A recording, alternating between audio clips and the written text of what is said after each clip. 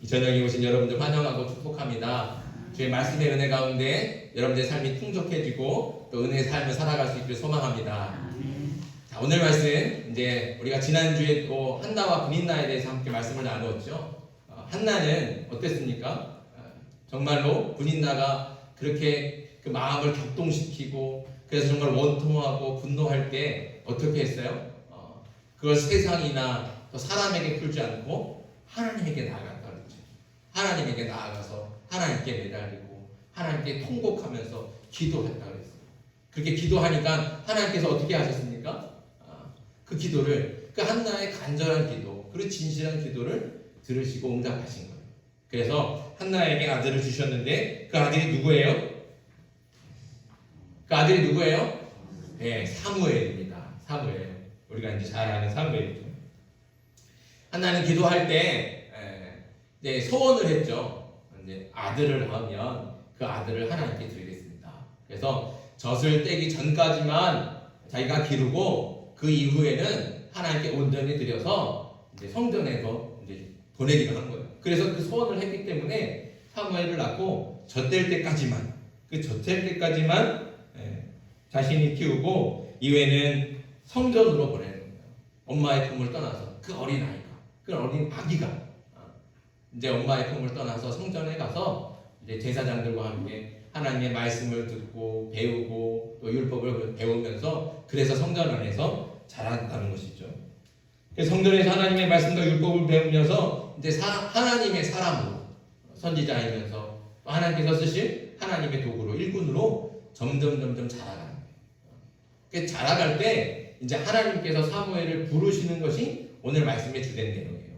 사무엘아 사무엘아. 사무엘이 누웠을 때, 자려고 누웠을 때 부르시잖아요.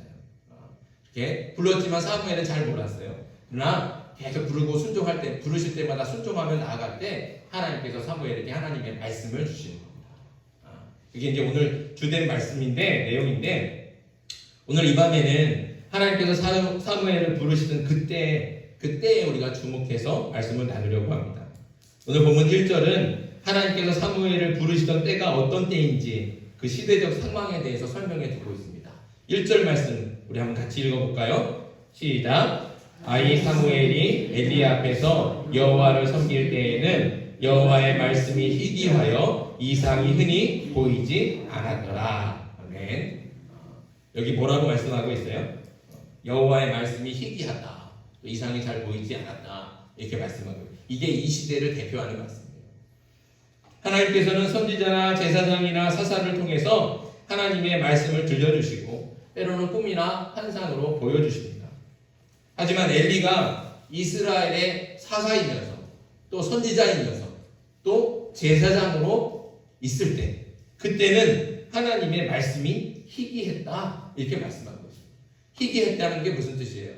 하나님의 말씀이 없다는 거예요.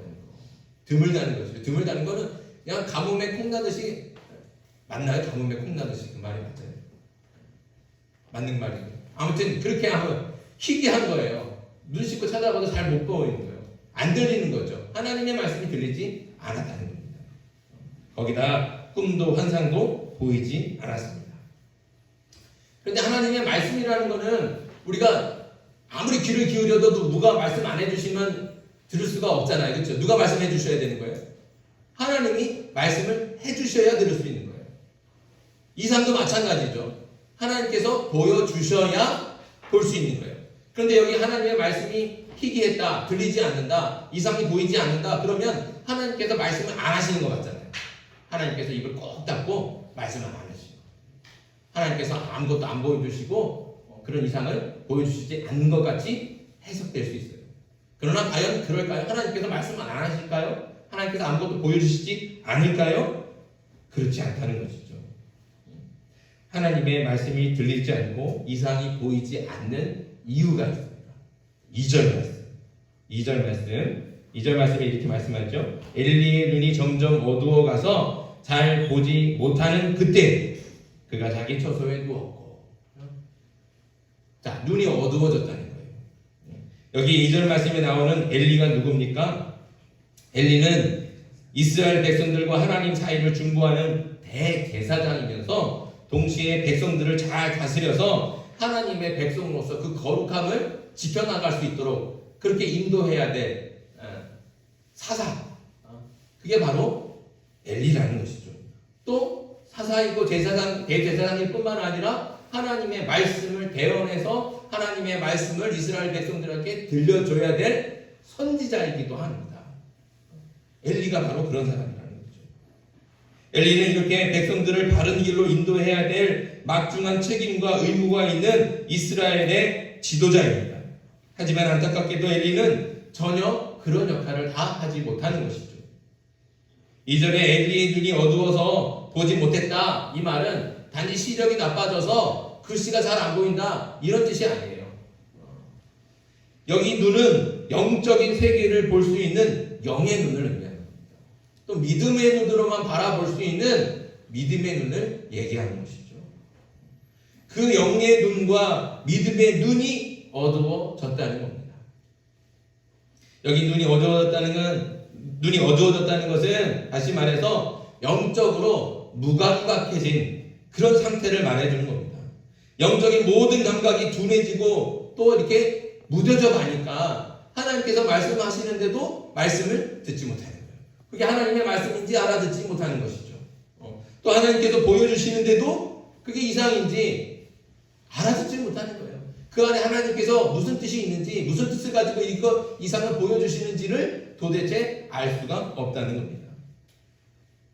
하나님의 말씀을 듣고 이스라엘에게 전해줘야 될 제사장이고 사사이고 선지자인 그 엘리는 하나님의 말씀을 듣고도 듣지 못하고 보고도 볼 수가 없는 거죠.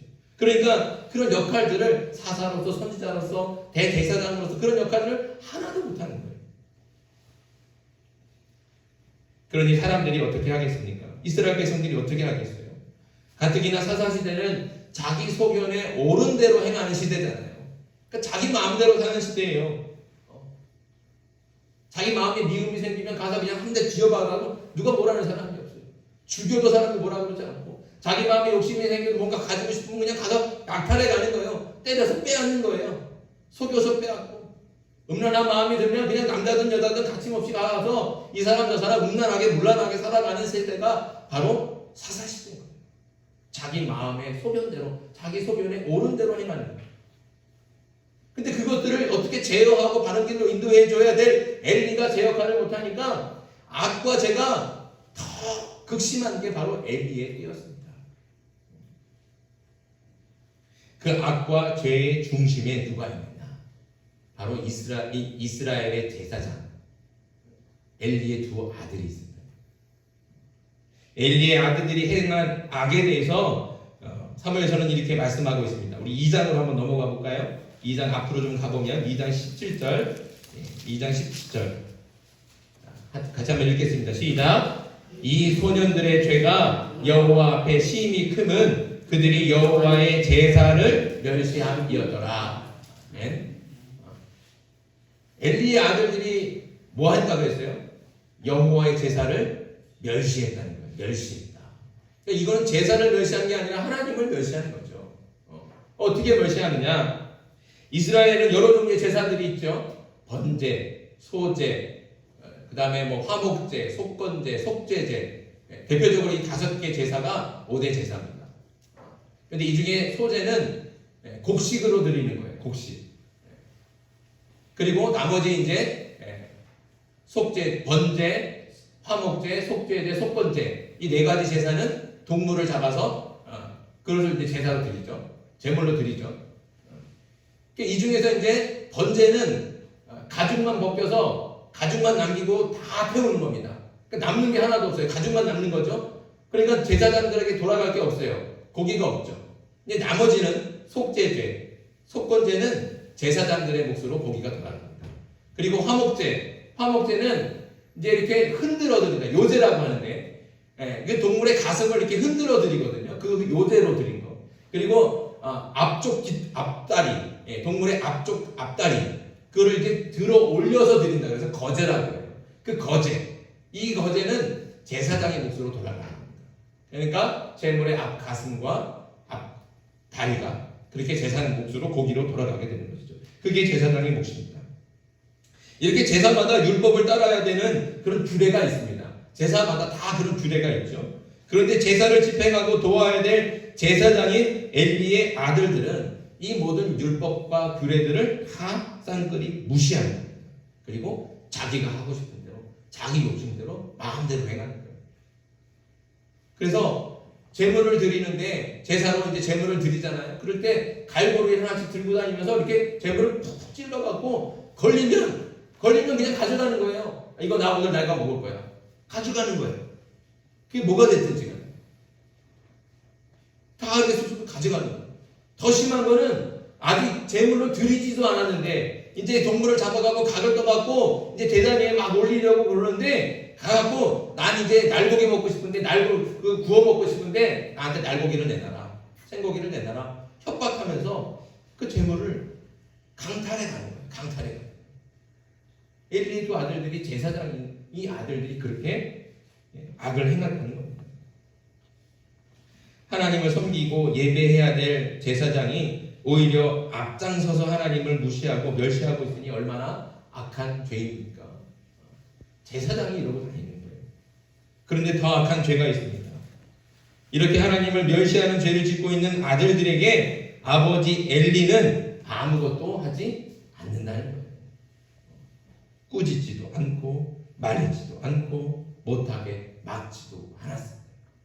그러니 그 아들들은 자신들이 얼마나 큰 죄를 짓고 있는지 그런 것도 모른 채 더 악한 행동들을 서슴없이 행하는 겁니다. 급기야 성전에서 수종드는 여인들과 동침하는 그런 음란한 죄를 짓기까지 한 거예요. 그때서야 엘리가 아들들을 불러다 놓고 충고를 하는 거예요. 그런데 그 충고라는 게 참 어처구니가 없어요. 자, 2장 24절 가보십시오. 2장 24절. 2장 24절 같이 한번 읽어보겠습니다. 시작. 내 아들들아 그리하지 말라. 내게 들리는 소문이 좋지 아니하니라. 너희가 여호와의 백성으로 범죄하게 하는도다. 여기 보니까 엘리는 뭐라고 얘기해요? 엘리의 아들들이 행하는 일에 대해서, 그 죄에 대해서 뭐라 그래요? 얘들아, 소문이 별로 안 좋다. 이 정도로 아는 거예요. 이 정도로. 지금 하나님 앞에서 도저히 용납이 안 되는 그런 악한 죄를 범했는데도 아버지인 엘리는 아들들에게 야, 소문이 좋지 않다. 그러니까 대수롭지 않게 얘기하는 거예요. 그냥 아들들의 그런 죄들을 그냥 나쁜 소문 정도로만 생각하고 있는 겁니다. 엘리는 모든 제사장들과 레위인들과 성전에서 봉사하는 모든 사람들, 그런 사람들을 관리하고 감독해야 되는, 그래서 성전에서는 일어나는 모든 일들에 대한 책임이 있는 최고 책임자예요. 왜요? 그런 대제사장이잖아요. 그러니까 성전에서 일어나는 모든 일들에 대한 책임은 그한테 있는 겁니다. 그렇다면 두 아들이 제사장으로서 해서는 안 될 그런 부정하고 악한 죄를 행했다면 어떻게 해야 됩니까? 사실관계를 파악하고 그 죄에 대해서 엄하게 심판해야죠. 그게 대제사장이 할 일이잖아요. 그런데 엘리는 그렇게 하지 않았다는 거예요. 만약에 아들들의 죄를 심각하게 받아들였다면 그는 당장 아들들을 제사장의 직무에서 제외시켜야죠. 정지시키는 겁니다. 그 직무를. 그리고 성전에서 하는 모든 일들에서 손을 떼게 했어야 됩니다. 그렇게 아주 엄하고 단호하게 잘라내야 되죠. 아들들이 계속 악행을 저지르면 아버지가 나서서 못하게 막아야 되는데 엘리는 아들들의 일을 단지 나쁜 소문 정도로만 생각하고 대수롭지 않게, 이거 안일하게 이렇게 대처하는 겁니다. 그러니까 죄를 키웠다는 거죠. 더 큰 죄를 범하지 않아도 되는데 더 큰 죄를 범하도록 내버려둬요. 결국 하나님께서는 하나님의 사람을 엘리에게 보내서 엘리에게 직접 엘리와 두 아들 그리고 그 집안이 어떻게 될지를 경고하시는 거예요. 심판의 말씀을 들려주시고 엘리의 집에 찾아가서 엘리의 귀에다 대고 직접 하나님의 사람이 또박또박 말씀해 주시는 거예요. 그게 2장 뒤에 후반의 말씀이거든요. 엘리가 얼마나 못 알아들으면 이렇게 직접 가서 말씀해 주시겠습니까? 그런데 이렇게 직접 들었으면 자신의 잘못 그리고 아들들의 죄 이런 것을 깨닫고 이렇게 좀 회복시켜야 되잖아요. 그런데 엘리는 하나도 그렇게 하지 않아요. 그렇게 직접 말씀을 들었고도 행하는 일이 하나도 없어요. 그럼 뭐예요? 하나님의 말씀을 들었지만 또 알아듣지 못했다는 겁니다. 여전히 그는 두 아들을 제사장의 자리에 앉혀놓고 그렇게 그냥 계속해서 죄를 범하게 하는 거예요. 결국에는 어떤 일을 행합니까? 블레셋과의 전투에서 그 두 아들이 홈리와 비아나스가 언약궤를 들고 전쟁터로 나가잖아요. 그거 가지고 갈 거 아닌데, 언약궤가 있을 자리가 아닌데, 그 언약궤를 가지고 블레셋의 전투에 두 아들이 언약궤를 가지고 착 들어간 겁니다.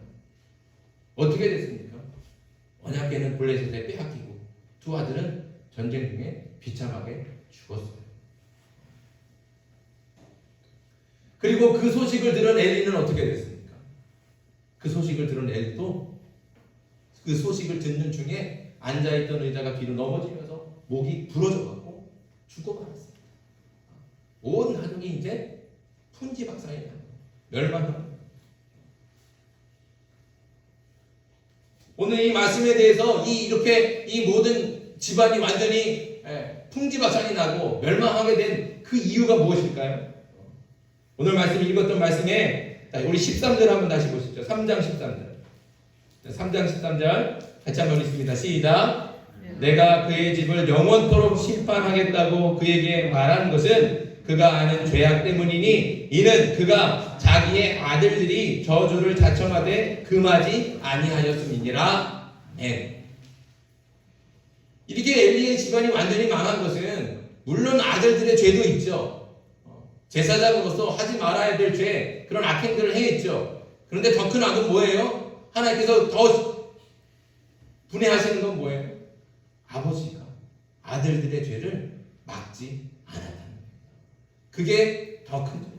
그 죄 때문에 엘리의 집안이 이렇게 망하게 된 겁니다. 이것은 그냥 한 집안의 멸망이 아닙니다. 이것이 바로 이스라엘의 현실이라는 것이죠. 하나님께서 말씀을 안 하시는 게 아닙니다. 하나님께서 꿈과 환상과 이상을 보여주지 않는 것이 아닙니다. 들려줘도 듣지 못하고 보여줘도 보지 못하는 것이 이스라엘의 현실이라는 것이죠. 오늘날도 하나님께서는 끊임없이 말씀하십니다. 또 보여주시죠. 하지만 욕심에 눈이 멀고 자기 생각에 빠져서 귀를 막고 있는 그리스도인들이 하나님께서 말씀하시고 들려주시는데도 듣지 못하는 거예요. 하나님께서 보여주시는데도 그 눈이 어두워져서 하나님의 이상을, 그런 표적들을 보지 못한다는 것이죠. 그 결국은, 그 끝은 어떻게 되겠습니까? 듣지 못하고 보지 못한 엘리와 엘리의 아들들, 그들은 비참하게 죽고 그 집안도 완전하게 멸망하고 몰락하고 말았습니다. 오늘도 마찬가지라는 것이죠. 하나님께서 말씀하시는데 듣지 못하고 보여주시는데 보지 못하면 엘리의 집안처럼 망할 수밖에 없습니다. 그러니 어떻게 해야 되는 거예요? 저와 여러분의 귀가, 저와 여러분의 영적인 눈이 무뎌지면 안 되는 거예요. 어두워지고 막혀지면 안 될 줄 믿습니다. 우리는 항상 영적으로 민감해야 되는 겁니다. 눈은 떠 있어야 되고 귀는 열려 있어야 되는 것이죠. 그래서 하나님의 말씀을 들을 수 있는 귀가 되길 간절히 소망합니다. 하나님께서 보여주실 때 그 이상을 볼 수 있는, 그 가운데 보여주시는 이상을 통해서 하나님의 말씀이 무엇인지, 하나님의 뜻이 무엇인지를 발견할 수 있는 그런 영적인 눈이 떠지길 간절히 소망합니다. 그게 떠져야 되는 거예요. 귀가 열리고 눈이 떠져야 돼요. 그래야 교회가 살 수 있고 가정이 살 수 있고 민족과 나라가 살게 될 줄 믿습니다. 그렇게 가정을 살리고 교회를 살리고 나라를 살리고 민족을 살리는 그런 사람, 영적인 귀가 열리고 영적인 눈이 어두워지지 않고 늘 밝게 떠져 있는 그런 영의 사람, 그런 사람이 저와 여러분들이 되길 간절히 소망합니다. 이렇게 엘리의 때는 하나님의 말씀도 들리지 않고 하나님의 이상도 보이지 않는 절망의 때였습니다. 하지만 하나님께서는 이런 악한 때에도 소망을 주고 계십니다. 3절 말씀을 다시 봅니다. 3장 3절 앞에만 보면 이렇게 말씀하죠. 하나님의 등불은 아직 꺼지지 아니하였으며. 이 말씀만 들어도 이렇게 희망이 솟구치지 않습니까? 하나님께서는 악하고 어두운 이 엘리의 때에도 하나님의 등불은 밝혀두고 계신다는 거예요. 이 어두운 세상, 아무것도 보이지 않는 암흑 같은 세상에 하나님께서는 등불을 끄지 않고 계신다는 거예요. 아직 꺼지지 않았다. 이거는 이런 암울한 세상 가운데서도 하나님은 아직 소망을 버리지 않으셨다는 거예요. 그럼 하나님께서는 이 악한 이스라엘 중에서도 어떻게 소망을 버리지 않고 소망을 살려두고 계실까요? 그 비결은 다시 3절에 있습니다. 우리 3절 말씀 우리 처음부터 끝까지 다시 한번 읽어보겠습니다. 시작. 하나님의 등불은 아직 꺼지지 아니하였으며 사무엘은 하나님의 궤에 있는 여호와의 전 안에 누웠더니. 아멘. 하나님의 등불이 꺼지지 않는 이유는 사무엘이 거기 있기 때문입니다. 사무엘이 어디에 있습니까? 그냥 사무엘이 아니잖아요. 사무엘은 하나님의 궤가 있는 여호와의 전 안에, 그 안에 있다는 거예요. 하나님의 궤는 하나님의 말씀을 상징하면서 동시에 하나님의 임재를 의미합니다. 다시 말해서 사무엘만이, 그렇게 하나님의 말씀이 들리지 않고 하나님의 이상이 보이지 않는 그 암울한 시대에 사무엘만이 하나님의 말씀과 함께 있다. 그리고 하나님의 임재하심 안에 머물러 있다는 것이죠. 하나님과 함께 동행합니다. 이렇게 하나님께서는 하나님의 말씀과 함께 있고 하나님의 임재 안에 있는 사람을 악하고 어두운 세상을 밝힐 소망의 빛 되게 하시는 줄 믿습니다. 지금 이 시대가 악과 죄가 가득하고 희망과 소망이 보이지 않는 절망의 시대처럼 그렇게 보이지만 하나님께서는 아직 하나님의 등불을 끄지 않고 계시는 줄 믿습니다. 아직 이런 악한 세상을 바라보면서도 하나님은 소망을 거두지 않으시는 거예요. 버리지 않으시는 거예요. 하나님은 그 하나님의 등불을 끄지 않고 계십니다. 그 끄지 않으신 그 하나님의 등불이 저와 여러분들이 되게 간절히 바랍니다. 말씀이 우리 인생의 나침반이 되고 우리 삶의 길이 되어서 말씀과 함께하며 말씀을 따라 살 때 하나님께서 우리를 세상을 밝게 하나님의 등불 삼으시고 절망의 시대에 소망의 빛으로 빛나게 하실 줄 믿습니다. 그러니 우리가 어디에 머물러 있어야 됩니까? 하나님의 말씀 안에 머물러 있어야 되는 거예요. 늘 말씀과 함께 있어야 되는 거예요. 말씀이 떠나면 안 되는 겁니다.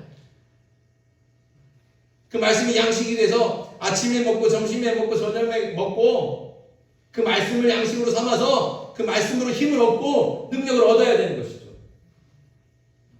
그렇게 말씀으로 살아갈 때, 말씀 안에 있을 때, 그리고 하나님의 임재하심 가운데 있어서 내가 어디를 가든지 어디에 있든지 하나님이 나와 함께 하심을 믿을 때, 그때 우리를 통해 하나님께서는 이 어두운 세상을 밝히실 소망의 빛으로 우리를 삼으실 줄 믿습니다. 그렇게 소망의 빛 되고 이 어두운 세상을 밝힐 하나님의 등불 되는 저와 여러분들이 될 수 있기를 간절히 바랍니다. 이 시간에 우리가 두 가지 기도 제목 말씀을 기억하면서 기도하길 원합니다.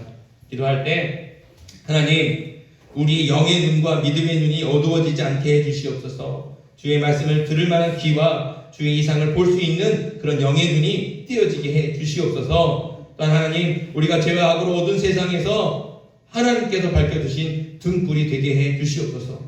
어두운 세상을 밝힐 수 있는 소망이 빛이 될 수 있도록 언제나 말씀과 함께 있고 말씀을 따라 살며 하나님 안에서 하나님과 동행하는 그리스도인의 삶이 되게 해주시옵소서. 이 두 가지 기도 제목 가지고 우리가 주님을 부르고 함께 기도하겠습니다. 주여! 아버지 하나님, 아버지 하나님, 오늘 사무엘서 통해 하나님 엘리의